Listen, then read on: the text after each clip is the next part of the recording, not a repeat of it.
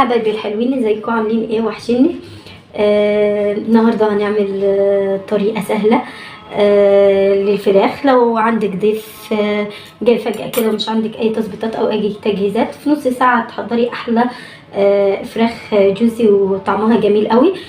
اول حاجه هنجيب معلقه من الكركم ومعلقه من الزنجبيل ومعلقه بصل بودر ومعلقه توم بودر وكزبره ناشفه ومعلقه بابريكا وفلفل اسود وملح طبعا وزنجبيل. هنحط كل المكونات دي، كوبايه من الرايب او من الزبادي.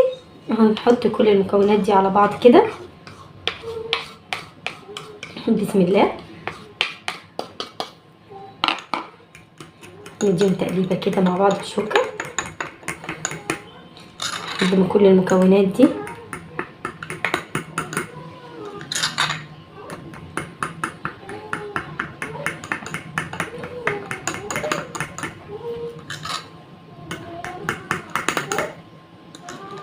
طبعا الفراخ دايما كل واحد على حسب رغبته في التوابل، اللي حابب يستثنى حاجه من التوابل يستثنى، واللي حابب يضيف حاجه كمان يضيف. بس هي طريقه سهله وهتدي طعم جميل أوي لو حطينا كل التوابل دي، الزنجبيل والكركم والكاري والملح والفلفل الاسود والكزبره الناشفه والبابريكا مع الزبادي والملح.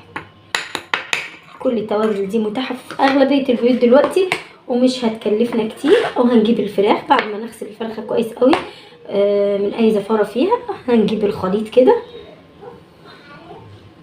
ونحطه على الفرخه.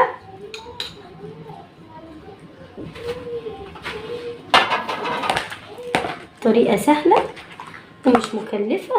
كل التوابل عندنا في كل البيوت دلوقتي، عندنا الكركم وعندنا الكاري وعندنا الزنجبيل.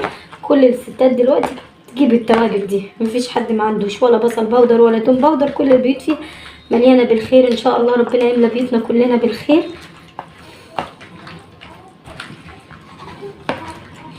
بس كده، بعد ما غطسنا الفرخه في التتبيله الحلوه الجميله دي هنسيبها 10 دقايق. لو انتي الضيف جاي على طول طبعا على الفرن على طول مش محتاجه كلام. لو انتي لسه عندك وقت حطيها في التلاجة كده على ما تتشرب التتبيله كويس، وبعد كده تدخليها على الفرن على طول وتشغلي الشوايه.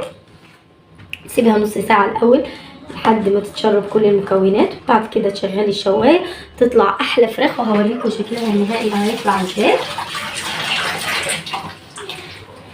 وما تنسوش تدعموني في قناتي بي وتدوسوا لايك وشير. احبكم في الله حبايبي الحلوين. بس كده في 5 دقايق خلاص خلصنا تتبيله الفراخ وهندخلها على طول على الفرن. لما تطلع هوريكم احلى شكل فراخ جميل. يلا بينا على الفرن. وده شكل نهائي بعد ما طلعت من الفرن. عملنا جنبها